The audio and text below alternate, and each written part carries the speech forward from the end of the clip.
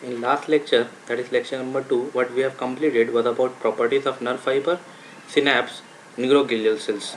Okay, from here onwards, from lecture number 3, we'll see types of synapse. So basically there are two types of synapse. The first one is electrical synapse and the second one is known as chemical synapse. So we'll start with the electrical synapse. Electrical synapse, gap between the two neuron is very narrow. In electrical synapse, the impulse which is traveling will be electrical. So this electrical impulse travels between the two neuron, and the gap between the two neuron is very narrow, or you can say the gap is very less. In electrical conductive links, the second point is electrical conductive link is formed between pre and postsynaptic neuron. As you know, this is presynaptic neuron, this is postsynaptic neuron. So in between these two neurons there is a electrical conductivity link. Okay, so conductive link is formed between pre and postsynaptic neuron. The distance between the two neuron is 3.8 nanometer. The distance is 3.8 nanometer in between presynaptic and postsynaptic neuron. The gap will be 3.8 nanometers. Second, it is found in those places where fastest response is required. Fastest का मतलब कि that there is a defense reflex वगैरह के अंदर जो इसका requirement रहेगा वो कहाँ रहेगा, ऐसी जगह जहाँ पे जो रिस्पॉन्स है वो रिस्पॉन्स फास्टेस्ट होगा. मिसाल के तौर पे इफ़ द बॉल इज़, अगर आपकी तरफ तेज़ी से एक बॉल आ रहा है, जैसे क्रिकेट खेलते वक्त बॉल आता है तो अगर चेहरे की तरफ आ रहा है तो हम लोग चेहरा फ़ौरन दूसरी तरफ घुमा लेते हैं. ठीक है, तो उस तरीके का जो रिफ्लेक्स एक्शन है वो बॉल की बनिस्बत से अपना चेहरा हटा लेना, ये रिफ्लेक्स हो गया. ठीक है, तो ये डिफेंस के तौर पे हम लोगों ने उसको इस्तेमाल किया, तो डिफेंस रिफ्लेक्स. ठीक है, and the passing of this information और the impulse is in both bidirectional और यूनी डायरेक्शनल. बाई डायरेक्शनल का मतलब होता है दो डायरेक्शंस के अंदर भी जा सकता है, सेंस ऑर्गन से ब्रेन की तरफ, ब्रेन से सेंस ऑर्गन की तरफ, और एक तरफ भी जा सकता है, या दोनों, या एक तरफ जाएगा या दोनों तरफ जाएगा. ठीक है, सो नेक्स्ट सिनेप्स. सिनेप्स आपको पता है कि दैट सिनेप्स जहाँ पे दो न्यूरॉन मिलते हैं उसको सिनेप्स कहते हैं. ठीक है, एक न्यूरॉन का एक न्यूरॉन का एक्सॉन एंड, एक्सॉन टर्मिनल, यहाँ पे एक्सॉन टर्मिनल दूसरे के डेंड्रॉन से और दूसरे के सेल बॉडी से जहाँ मिलेगा वो हिस्सा जो कहलाएगा वो सिनेप्स कहलाएगा. ठीक है, सो सिनेप्स. सो केमिकल सिनेप्स, अब यहाँ पे नाम से ही पता चल रहा है कि ये जो सिनेप्स है ये केमिकल बेसिस पे काम करेगा. ठीक है, हियर सिग्नल्स, जो सिग्नल है are sent by chemicals to other neuron और नॉन न्यूरोनल सेल्स. मिसाल के तौर पे एक न्यूरॉन ने दूसरे न्यूरॉन को सिग्नल किया, किसके ज़रिए सिग्नल करेगा, केमिकल के ज़रिए, तो वो टाइप का जो सिनेप्स फॉर्म होगा वो कहलाएगा केमिकल सिनेप्स. ऐसा नहीं है कि सिर्फ न्यूरॉन को ही ट्रांसफ़र करेगा, न्यूरॉन दूसरे बॉडी सेल्स को भी ट्रांसफ़र कर सकता है, जिसको हम लोग नॉन न्यूरोनल सेल्स कह सकते हैं. एग्जांपल ग्लैंड्स और मसल्स. ठीक है, ये नॉन न्यूरोनल सेल्स हैं. मिसाल के तौर पे एक न्यूरॉन ने हाइपोथैलेमस को कहा कि that you have to secrete an hormone. वो हाइपोथैलेमस ने पिट्यूटरी ग्लैंड को कहा कि that you have to secrete the TSH और FSH हार्मोन. ठीक है, तो नॉन न्यूरोनल बेसिस और neuronal basis both are find in chemical synapse. That one neuron can transfer the signal to another neuron, or one neuron can transfer the signal to non-neuronal cells. मिसाल glands and muscles. The gap between the two neurons, presynaptic neuron and postsynaptic neuron is large. It is larger than electrical. जहाँ पे कितना था 3.8 nanometre, यहाँ पे देखो कितना हो गया 20 से 40 नैनोमीटर. यहाँ पे कितना है 20 to 40 nanometre. Chemical synapse between motor neuron and muscle is called as neuromuscular. Motor neuron का मतलब होता है away from the body. Sensory neuron और मोटार न्यूरॉन. सेंसरी मतलब सेंस करने वाला, मोटार मतलब जो सेंस किया हुआ है उसका रिस्पॉन्स देने वाला न्यूरॉन जो रहेगा वो मोटार न्यूरॉन कहलाएगा. मिसाल के तौर पे if you are touching the table, this is sensation, that you are feeling the table. और आप बोल रहे हो टेबल है, ये कैसे पता चला, जब न्यूरॉन्स ने वहाँ से इम्पल्स ले गए, टेबल के पास से, हाथ के पास से आपका इम्पल्स गया ब्रेन के अंदर, ब्रेन ने उसको एनालाइज किया और with in fraction of seconds के अंदर उसने आपके हाथ को फील करवाया that this is table. So motor neuron away from your brain, sensory neuron towards your brain. So motor neuron और मसल्स के बीच में जब सिनेप्स बनेगा तो ऐसे सिनेप्स को कहते हैं न्यूरोमस्कुलर जंक्शन। ये क्या कहलाएगा? Neuromuscular junction. Okay, it contains 3 components. This synapse contains 3 components. Pre synaptic terminal, मैंने आपको बताया प्री सिनेप्टिक का मतलब क्या है। This is pre synaptic terminal, synaptic membrane of post synaptic cell. देखो ये जो यहाँ पे जो मेम्ब्रेन है, ये जो मेम्ब्रेन है यहाँ पर, this is membrane of post synaptic cell. ये पोस्ट सिनेप्टिक सेल हो गया और पोस्ट सिनेप्टिक न्यूरॉन हो गया, ठीक है। और तीसरा है पोस्ट सिनेप्टिक न्यूरॉन। तो देयर आर 3 कंपोनेंट्स। पहला प्री सिनेप्टिक कंपोनेंट, दूसरा post synaptic membrane, post synaptic membrane, and third post synaptic neuron. समझ में आया? Next, how the impulse is going to transfer from this presynaptic neuron to postsynaptic neurons। अब यहाँ पे impulse जो है प्रीसिनेप्टिक न्यूरॉन से एक्सॉन बल्ब की तरफ जाता है। दिस स्ट्रक्चर, ये बल्ब जैसा जो स्ट्रक्चर यहाँ फॉर्म हुआ है, इसको कहते हैं एक्सॉन बल्ब। ये क्या कहलाता है? Axon bulb. तो ये जो प्रीसिनेप्टिक न्यूरॉन, जहाँ पे एक नंबर लिखा हुआ है नर्व इम्पल्स, यहाँ से इम्पल्स कहाँ आ रहा है? एक्सॉन बल्ब के अंदर। ये फॉर्म कर रहा है क्या? एक्सॉन बल्ब फॉर्म कर रहा है। तो यहाँ पे ये जो प्री सिनेप्टिक न्यूरॉन है, ये एक्सॉन बल्ब फॉर्म किया इसने, ठीक है। फिर सिनेप्टिक नॉब, ये जो एक्सॉन बल्ब है इसको कहते हैं सिनेप्टिक नॉब। क्या कहते हैं इसको? सिनेप्टिक नॉब, ठीक है। It contains a small circular bodies, a small circular vesicles, आप जिसको आसानी से कह सकते हो वेसिकल्स। तो ये जो सर्कुलर ये क्या है? वेसिकल्स हैं, circular vesicle। These vesicles are known as synaptic vesicle। These are known as synaptic vesicle। This synaptic vesicle contains a chemical which passes the nerve impulse to the postsynaptic neuron। तो ये जो अंदर इसके जो chemical है, ये chemical कहलाता है neurotransmitter. Synaptic vesicle contains neurotransmitter. Neurotransmitters are those substances which transfer the impulse from this presynaptic neuron to the postsynaptic neuron।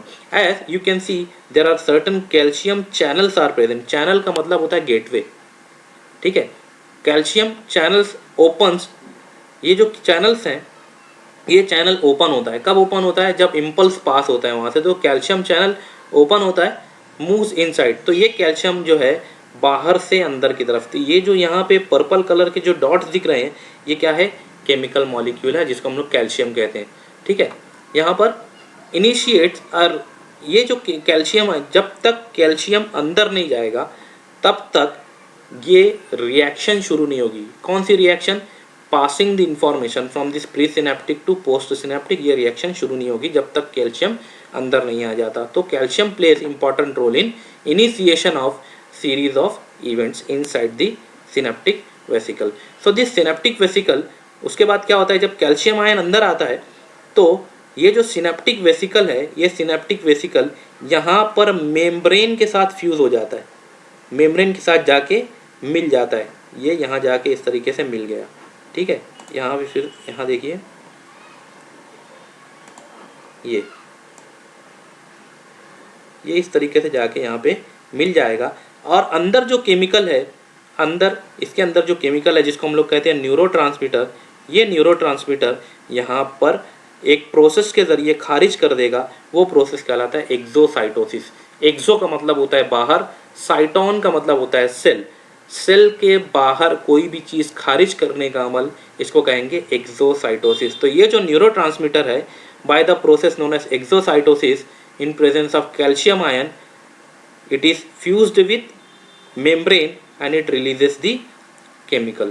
अब ये जो केमिकल यहाँ से रिलीज हुआ न्यूरोट्रांसमीटर, ये जो यहाँ से जो डॉट्स दिख रहे हैं आपको, ये डॉट्स, ये न्यूरोट्रांसमीटर है। ये न्यूरोट्रांसमीटर जाकर दूसरे पोस्ट सिनेप्टिक मेम्ब्रेन के अंदर जो चैनल्स मौजूद हैं, जो गेट्स मौजूद हैं, वो उनके साथ जाके बाइंड करेगा, जिसको कहते हैं रिसेप्टर। ये जो गेट्स मौजूद हैं ये कहलाते हैं रिसेप्टर्स। ये तमाम चीज़ें क्या कहलाती हैं? रिसेप्टर्स। तो neurotransmitter binds to the receptor.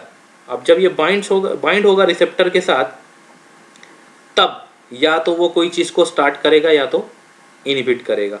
ठीक है, अब यहाँ पे इलेक्ट्रिकल इम्पल्स कहाँ से आया? प्री सिनेप्टिक न्यूरॉन से आया। फिर प्री सिनेप्टिक न्यूरॉन जैसे ही यहाँ पर आता है, उसने कैल्शियम आयन को अंदर लिया। कैल्शियम आयन अंदर लेने के बाद सिनेप्टिक वेसिकल ये मेम्ब्रेन के साथ फ्यूज़ होता है और क्या रिलीज़ करता है? न्यूरोट्रांसमीटर रिलीज़ करता है।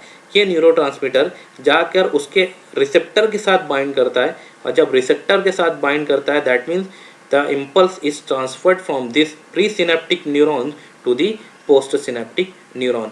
तो ये या तो कोई चीज़ को स्टार्ट करेगा या तो इनहिबिट करेगा। इसका मतलब ये, अगर कोई चीज़ स्टार्ट करने वाला फंक्शन उसने ये जो इम्पल्स आया है, ये समझ लीजिए स्टार्ट करने वाला है, तो ये इम्पल्स जब यहाँ ट्रांसफ़र हो जाएगा, इसके ऊपर बाइंड कर लेगा रिसेप्टर के साथ, तब वो काम स्टार्ट हो जाएगा। समझ लीजिए ये जो इम्पल्स आया है वो किसी को रोकने वाला आया है, तो जब ये इम्पल्स यहाँ से ट्रांसफ़र होकर पोस्ट सिनेप्टिक पे चला जाएगा, तो वो रोकने वाला काम कर देगा। जब इसका काम खत्म हो जाएगा, तो ये ट्रांसमीटर जो कि सिनेप्टिक क्लेफ्ट के अंदर रह गए हैं, यहाँ पे सिनेप्टिक जो क्लेफ्ट है, अगर ये यहाँ रह गया है तो दूसरा इम्पल्स पास नहीं हो पाएगा। आपको इसको पहले निकालना पड़ेगा, पहले वाले इम्पल्स को निकालना पड़ेगा। तो वो जो निकालने का अमल है, वो निकालने का अमल there are different types of enzymes के ज़रिए किया जाता है। One of the best example of that enzyme is cholinesterase enzyme. Choline comes from the acetylcholine. Acetylcholine is nothing but it is a type of neurotransmitter. यहाँ पर suppose this is acetylcholine. Acetylcholine क्या है? एक तरीके का neurotransmitter है। अब उस न्यूरोट्रांसमीटर को अगर आपको ख़त्म करना है, तो आपको एंजाइम इस्तेमाल करना पड़ेगा, जिसको कहते हैं कोलिन एस्टरेज एंजाइम। ठीक है, next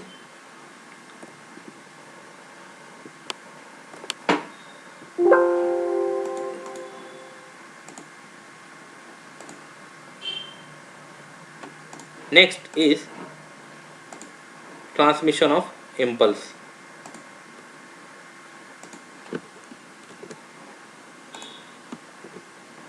Next is transmission of nerve impulse. So how the cell is going to pass this information?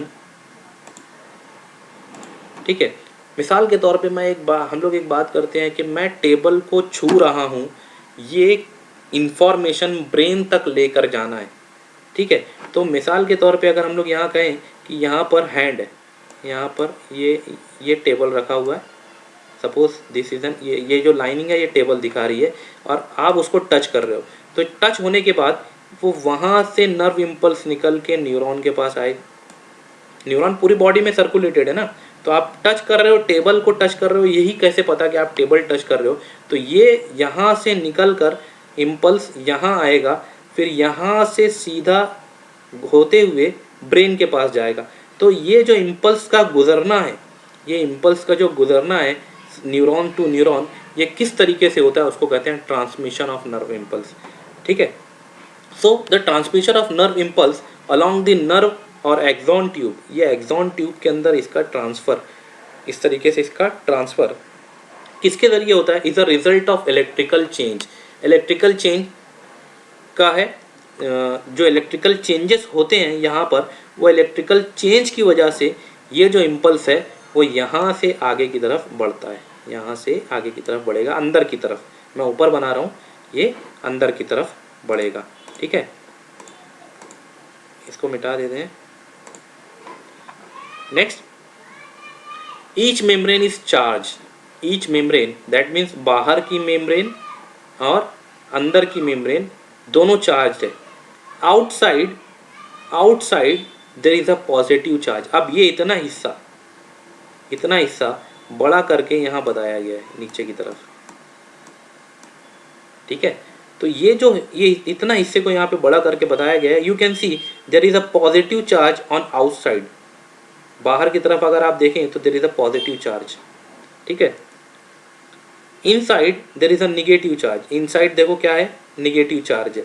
क्यों निगेटिव चार्ज है अंदर? बिकॉज अंदर की तरफ बहुत सारे निगेटिव प्रोटीन्स जो कि निगेटिव चार्ज रखते हैं, बहुत सारे निगेटिव प्रोटीन्स और nucleic acid is also contains a nucleic acid also contains a negative charge. अंदर की तरफ जितना भी एक्सॉन के अंदर जितना भी चार्ज है इनसाइड, वो कैसा है?